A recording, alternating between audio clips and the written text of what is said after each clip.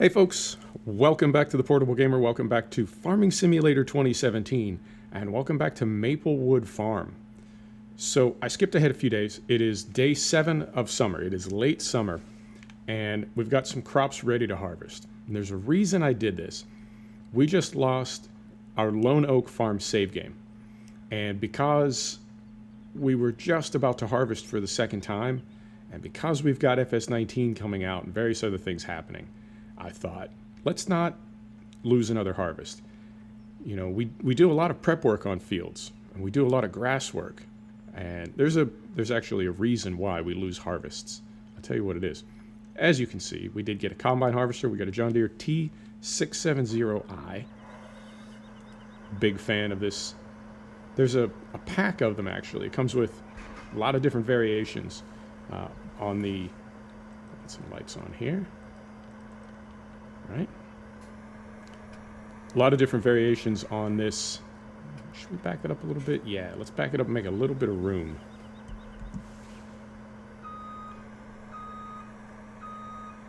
So this pack has a lot of different variations on this same, I don't know, chassis maybe? Different capacities, different engines.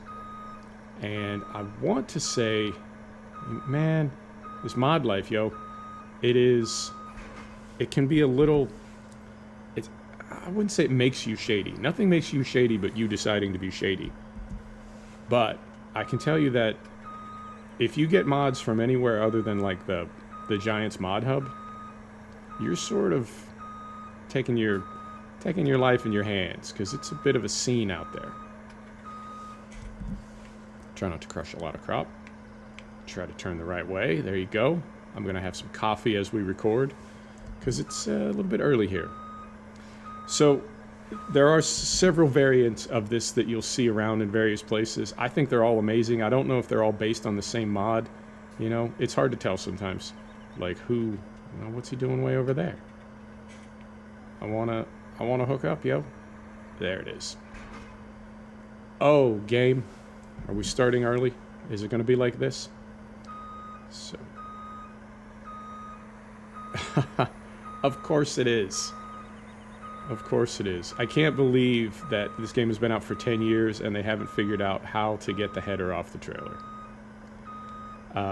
Okay, well, you know what? We got time. So we'll just, okay. Not the result that I was looking for.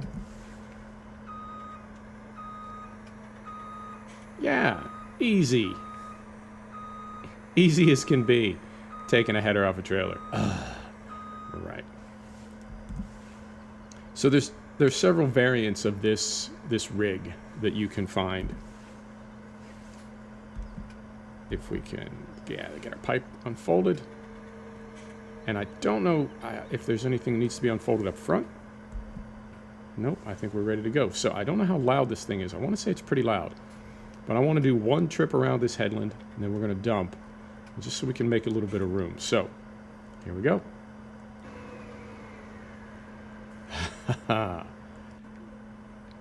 Right. Header spikes.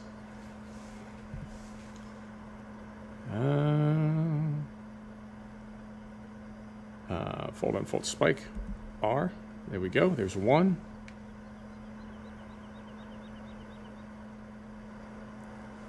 And there's two.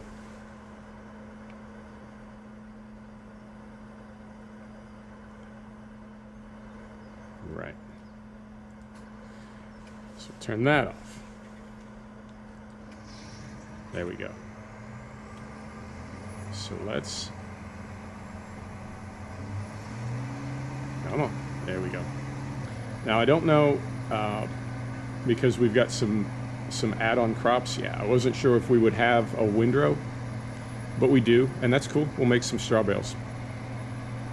So what I was thinking earlier is when we lose a map, like we didn't lose Northstone. I sort of backed off of Northstone because I was having some problems with it.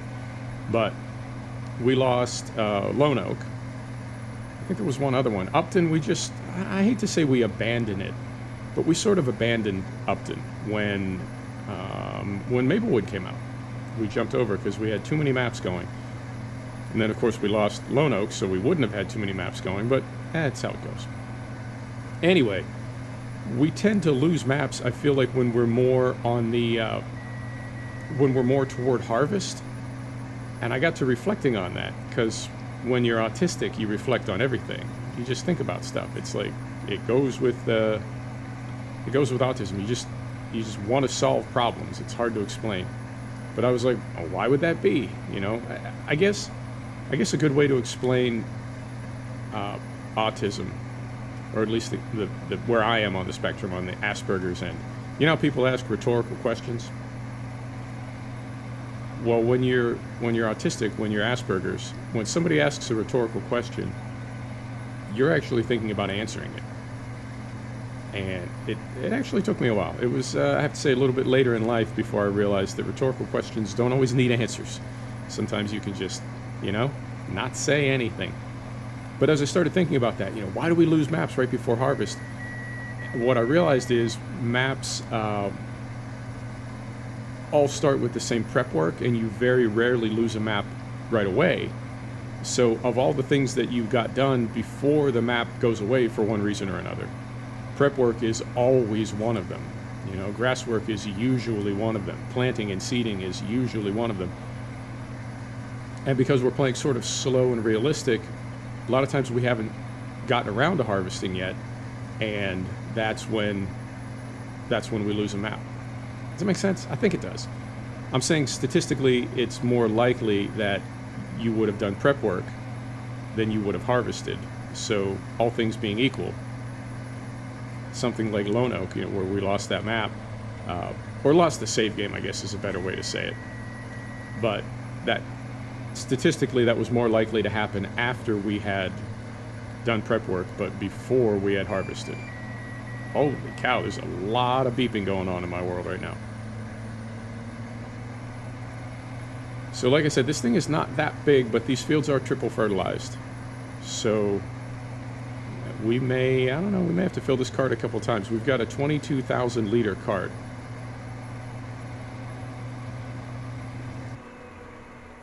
So let's go over there and dump. And then from here we can go clockwise, as you do. Yeah, the header trailers in this game. Is it just me? I mean, I've seen people fighting with them, and I know there's different techniques and stuff, and people say, oh, you know, you just got to do this, you just got to do this. I don't know, man. I don't know. I've never had good luck with header trailers. So we are... Come on. Oh, you know what? No, it should be okay. Should be okay. Are we just... Yeah, there it goes. I was wondering if... Well, that's curious.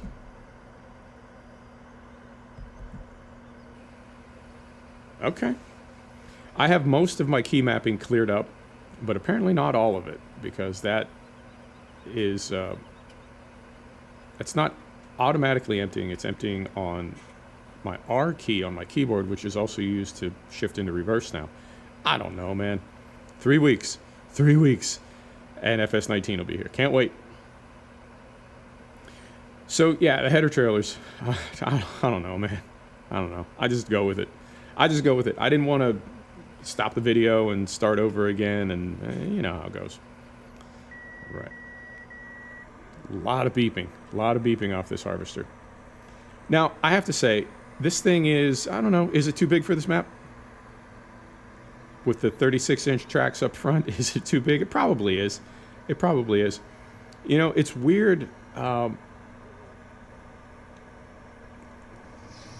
You know, the internet's a fascinating place. It really, really is. And something I can tell you about the internet, you probably know this anyway, but something I can tell you about the internet is the only two kinds of people that comment on things on the internet are people that really like something and people that really don't like something.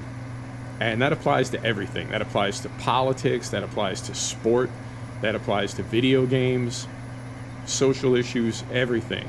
Like people that are sort of not indifferent, but people that are sort of I'm thinking about how I feel about that. I'm waiting to make up my mind. That person is not leaving like a 1,000-word comment on Reddit. You know, people that comment on places like Reddit and even the Steam forums and like in this case, Giants, the farming simulator page. People that comment on those types of pages generally feel very strongly about things. Get done with our, so our row doesn't go all sloppy and sideways. And I'm curious what's going on there too while we have those big squares. I mean, I don't know. That looks very odd. We'll have to see when our grass starts growing what's going on there. But I guess what I'm saying is when it comes to things like video games or simulation in this case, if we want to, call it by a different name. But I guess the thing that I see from a lot of comments is that people feel very strongly about something in one direction or very strongly about it in another direction.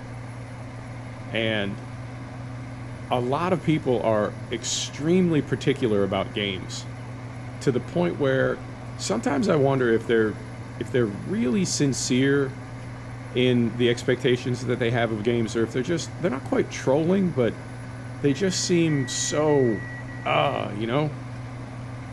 it's like they want to hate the game even if they like it. They do nothing but complain about it. I think you know the kind of people I'm talking about. You see them in comment sections a lot. So I don't know where I'm at with that. I mean, on the one hand, I know it does raise expectations and maybe drive the sim or drive the whole industry forward. And at the same time, it's like, man, it's just a game, It's just a game. Relax yourself. But that's, it's not up to me whether or not they're relaxed. That's up to them. They want to be relaxed, they can be relaxed. If not, that's their choice.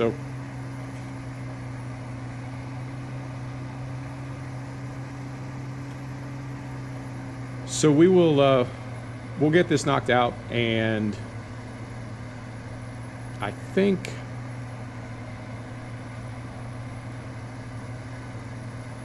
we're just going to sell crop for now, because I took out a massive loan and we need money, and I don't know how deep we're going in this map. I think it's going to depend a lot on what FS17 looks like. I don't know if it's going to be like pure gold from day one. It could be, certainly could be. That's not 100% guaranteed. I think, jeez, that's a lot of beeping. I think regardless of how good it is, I may stay in FS17 for a while. Maybe. I'm really liking these maps, and I know there isn't going to be anything like this for FS19, probably for a few months, I'd say. Now, I've talked to a couple people that I'm fortunate enough to be sort of working in with that are map makers, and I had asked them, have you received anything from Giants as far as an SDK or any type of a framework or guidelines for FS19? I would imagine they would want to keep that kind of on the low. Giants, I mean. Like, they wouldn't want to let any details about FS19 get out. Although, from another perspective, it's like, you don't really have anything to worry about, because there's really not a lot of competition for this sim. I think Pure Farming and Farmer's Dynasty were sort of, we saw some possibility there. But I don't know if either one of those have sort of become what we thought they could be, or if they're just different, different kind of sim. So I'm going to park this right here. Set the brake. Leave it running. Oh. When you get out of this tractor, it puts you out on the little platform there. That's when you get out of this combine, it puts you on the little platform there. I think that's a cool detail. I like stuff like that. So, but what I was saying earlier about realism, would we have well, yeah, I guess it applies to tractors as well. Would we have tractors this size? Would we have a combine that big on a farm like this? And you know, there's a gray area, I think, between having fun, playing a video game, and just sort of clowning, you know, and sandboxing it. And the thing about games is, you play it however you want, man. Wow. That's a trigger, man. You seen the collision on this trailer? No wonder we had problems with it. Jeezy Pete's. Or it's a collision on the tractor. Either way, we take a wide berth. Nope. Oh, God. All right, well, now it's in the bush. Okay. Okay. It's always something. So I guess what I'm saying is, you know, is this equipment 100% realistic? Probably not. Probably not. Is it 80% realistic? Is it realistic at all? And I think, I hope, is that, okay, it's going to have to be. I think we need to go over here now. We need to go over here. Let me give it one of those. There we go. Okay. I understand that it's not entirely realistic, but is it realistic enough that we can enjoy ourselves playing a sim game? And I think, yeah, it is. You know, it's not, the example I always use is like the Big Bud, you know? It's not the Big Bud. It's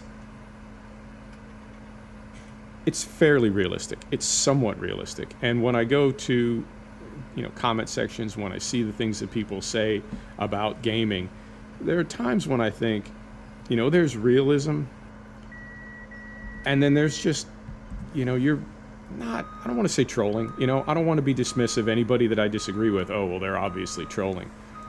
But there are some people, I have to say, that they really seem kind of contrarian, you know, like, you don't want to like this. You want to be upset about this, to the point where it doesn't even matter what it is. You're just going to be upset about it. So within that, I guess, I don't want people that have a legitimate realism, not complaint, but, you know, somebody's genuinely making a comment. Yeah, that's a good word. Somebody's genuinely making a comment about realism, or they're pointing something out to you. And I know there are people that are, they're as passionate about agricultural equipment as I am about cars or motorcycles or whatever. Doesn't matter. And so when they, yeah, let's do it this way. So when they mention something, when they point something out, they're not necessarily, you know, just being a jerk. Wow, I can't believe the collision on that trailer. Hey, at least we know it's there now. But that person's not necessarily being just belligerent. Like, they really do care about agricultural equipment and accuracy in gaming and various other things. But I feel like those people, unfortunately, sort of get lost in the sauce, because very often it just comes off as a person who just wants to argue on the internet. Just argue about anything. Argue about gaming, argue about tractors, argue about, you know, just argue. And I feel like that's something that a certain kind of person wants to do on the internet. So when I see people talk about, you know, the type of equipment that they would use on a map like this, or, you know, realism in sim gaming, I want to learn what I can from those conversations. I want to learn what I can about realism in sim farming. But I don't want to inadvertently, like, feed a troll. So it's tricky, and I did try to pick equipment for this farm that I thought was appropriate, and I think I did fairly well. It's not perfect, but I think I did fairly well, and plus I just like it. You know, we don't have an infinite supply of equipment. I mean, there are a ton of mods, but it's not infinite, and you do need to sort of pick and choose. And there's times where you might not be able to find exactly the item that you wanted. and you just need to go with something that's kind of close enough. So, I don't know. I'm happy with what we've got, and this is the first time I've ever really used. It's the first time I've used John Deere equipment in a video, and it's one of the first times that I've ever really used John Deere equipment at all. I used it on Oakfield, and I felt bad that when it came time to like decide what maps to record, I didn't go with Oakfield. I feel like Oakfield, well, the West Coast, Oakfield, and Lone Oak came out sort of one after another, and then Maplewood came out, and then Thornbrook came out, and at a certain point it's like, it's too many maps, too many good maps. And there really are. There's just so many good maps. So, moment, doing my big turn. Am I gonna make it in one? Oh, just missed it. So, back up. There you go. And you know what's funny is I had an idea about what I wanted to talk about today in this video, and I never even got to it. Instead, we ended up talking about realistic farming equipment and how real is real enough, and how real is too real almost. You know, at what point is it like, you know, don't even worry about it. You're just being silly. So, but we got some. I didn't know which of these new crops we would get straw from, so I'm pleased that we got straw from these, and we will most definitely be making straw bales. We need them for the pigs, we need them for the cows, and we could probably sell some of them too, because I need to, well, I mean, I can pay down my loan with it's going to sound ridiculous, but I can pay down my loan with what I borrowed. I mean, I borrowed more money than I needed. I basically like maxed out the loan, so we can pay down the loan with what we have in our checking account right now, and hopefully, I don't know if we'll be profitable at the end of our first season, but it'd be nice. It'd be nice. I feel like this is going to be a tricky farm to make money on, and with the we're using the Newent, N-E-W-E-N-T. It's a UK patch for the Seasons mod that recreates weather from a specific location, I assume.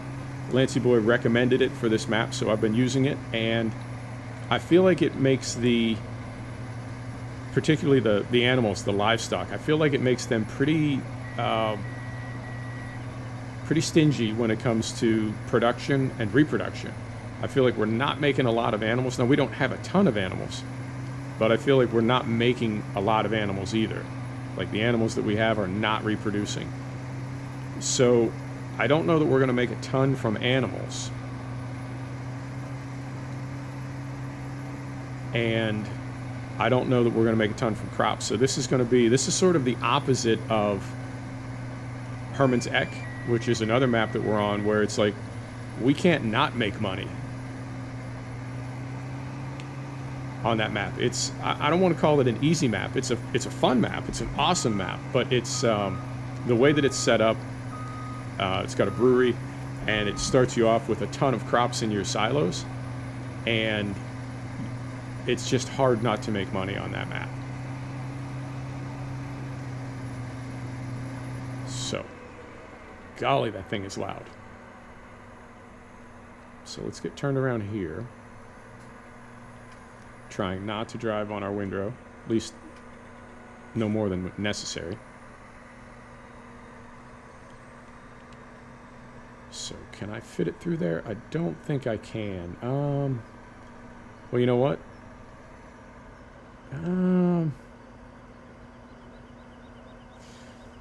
We're gonna end up driving on our rows here. I hate to do that, but sometimes it happens. So, get in here, and you can see the panel on the front of our trailer. I disconnected a ton of assignments because we had all that overlap after I unplugged my flight stick. But we still have things like that. That is, for some reason, still linked to the triggers. So when I accelerate, it drops down. When I hit the brakes, it lifts up. So there's still some assignments that I need to go in and clean up a little bit, but I got most of them. So where are we at? We're at 25 minutes. I think we got one field done today. Let's do this. First off, what is Spelt selling for? And, nope, that one. And do we have any? Is it over here? Yeah, it is. It's going to be way over here. There's Spelt. Maplewood sell point. And looks like it's selling for, these are all going for about $550, so no real difference there. So where is the Maplewood sell point? Right there. Okay, that's cool.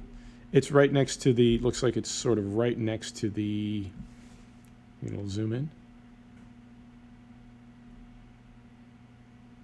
Looks like it's right off the road there. Okay, so let's go, let's head down there. We'll sell this. And that'll be it for today. I think that'll be a good start to harvest. And then I can do some of this off camera as well. So I would like to go between my rows here, but I'm a little bit cautious about getting too close to that trailer, so I'm going to cut across right here instead of trying to loop around.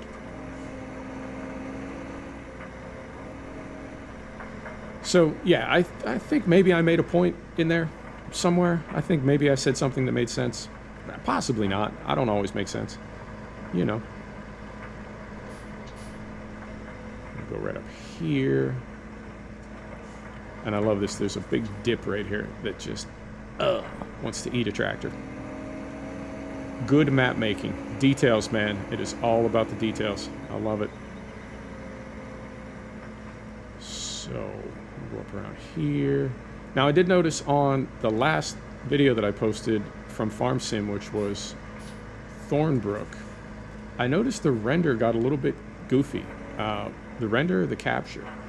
So I'm going to keep kind of a close eye on this that I'm capturing right now when we render it and see if it does the same thing. I feel like Farm Sim has always, and I don't know if it's because of some of the graphics mods that I'm running, whether it has anything to do with reshade. I don't know, but I feel like our render, like when it comes out of the capture card, well, it's not really a capture card, we're using shadow play, but when it comes out of, now how do we get back there?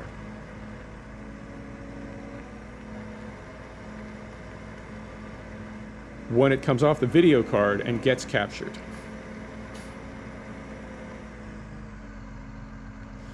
it can sometimes go a little wonky, and it seems like Farm Sim is the only one that does that. I have some games where you really see a pretty dramatic drop-off in FPS when you capture, but I feel like Farm Sim is the only one where the game render itself goes wonky.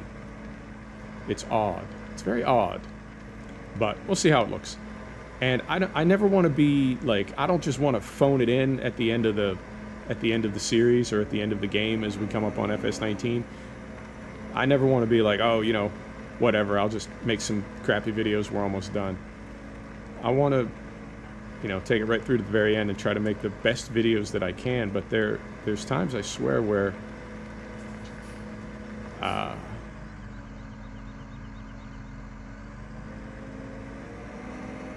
it's like this game is fighting me. It's fighting me. Sell a crop in there?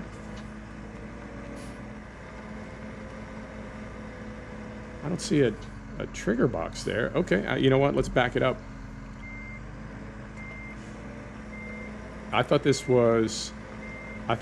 sell point right here was specifically for, there is a box there. Okay. I thought this was specifically for lime and compost. Okay, well, there's the icon. Ready? Okay, and we sell, and we're making money. Okay, cool. Right.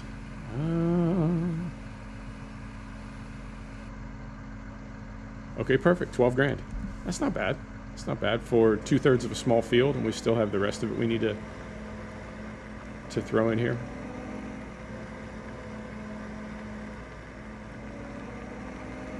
So yeah, as far as equipment, I mean, I don't know. And as far as realism, you know, I just do my best. But at the end of the day, it's a video game. It's nothing worth getting upset about. And you know who I really appreciate is there are people in this life that you come across that, like, no matter what they see or what they interact with, they're just like relentlessly positive and encouraging. And I know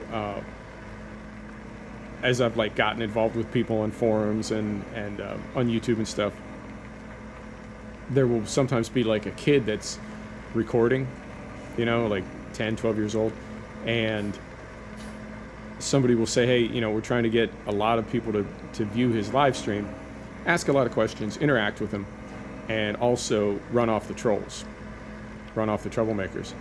And so, honestly, I have no interest in watching like an 11-year-old play Farm Sim, but I show up because I think that's a cool thing to do for a kid who is interested in something that I'm interested in. You know, let's encourage people to I don't know, be good sim gamers. Not just sim gamers. You got to get out and, you know, play and travel and do stuff outside, but you know what I mean. It's something we enjoy. Let's encourage other people to do it as well. And the kind of encouragement that you see, like, it doesn't, like, what you're seeing that kid do doesn't necessarily have to be very good yet, because they're just starting out. You just encourage them regardless. And I know there are people you come across in life that they do that with everybody. They do that with adults, with everybody. They're just relentlessly encouraging. And anything that they see, they find a way to be positive about it and, you know, really affirm you and congratulate you and tell you that's good work and ask you questions and engage with you. And it feels really good to interact with a person like that, because they're just super, super positive. And every now and then you come across somebody like that, and just to see the way that they see, like, whatever it is that a person is doing, the way that they see the good in it, I guess. No, don't fall out of the harvester. There we go. We'll get this last little bit out and call it an episode. So you know what I'm saying. There are people in this world that can always see the good in things. And I think people like that are awesome. I would like to be like that. I'm not always. I'm trying to be, but I'm not always as positive as I would like to be. But I'll get there. Sun's coming up, so we turn the lights off. All right.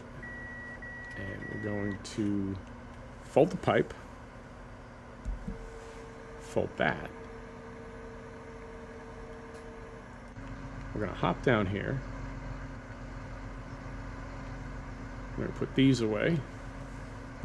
1, 2. Sneak back through here. I'm not going to try to put this header back on the trailer. Where's my steps? I'm not going to try to put this header back on the trailer. And honestly, our next field is like right next door, so maybe we could just drive through the gap in the trees there and be done with it. Okay. So we'll get this parked up and we'll call it.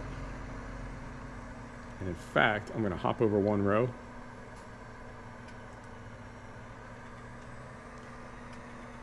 And while we do a little bit more stuff with that tractor, and what we'll probably do off camera, what I'll probably do is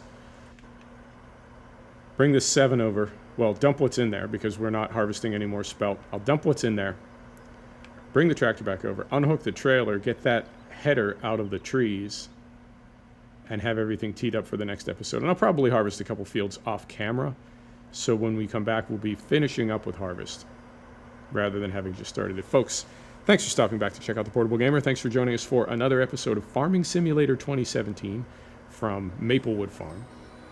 And we'll see you next time. Take care now.